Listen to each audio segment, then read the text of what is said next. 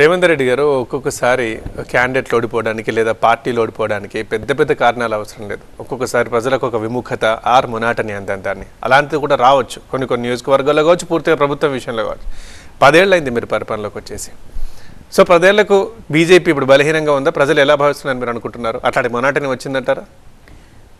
అదే ఒక గొప్ప విషయం ఏంటంటే, దినదినం భారతీయ జనతా పార్టీకి లేకపోతే నరేంద్ర మోడీ గారి నాయకత్వంలో డే బై డే ఇంకా ప్రజాదరణ పెరుగుతుంది తప్పితే తగ్గడం లేదు. ఇప్పుడు సీట్లు ఎక్కువ వస్తాయంటారా లాస్ట్ కన్నా ఇప్పటికీ? తప్పక.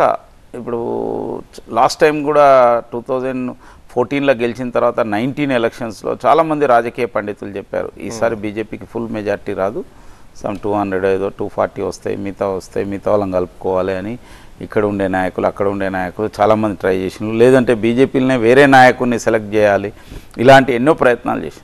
కానీ 283 2014లో వస్తే 19లో 303 వచ్చినాయి అలోన్ బీజేపీకి. ఎన్డీఏకి అయితే 336 అట్లా వచ్చినాయి.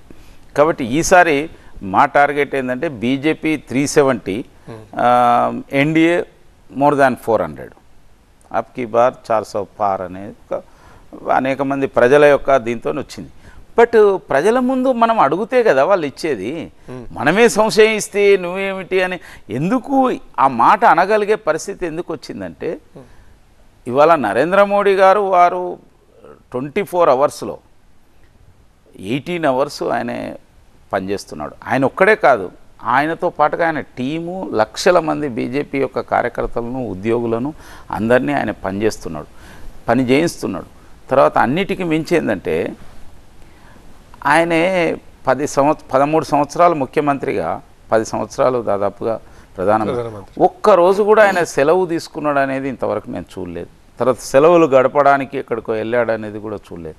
పండుగ వస్తే ఆ బార్డర్కి వెళ్ళి సైనికులతో కలుస్తాడు తప్పితే ఆయన ఇంకా వేరే విధమైన యొక్క ఎంజాయ్మెంటో ఇంకోటి చేయలేదు.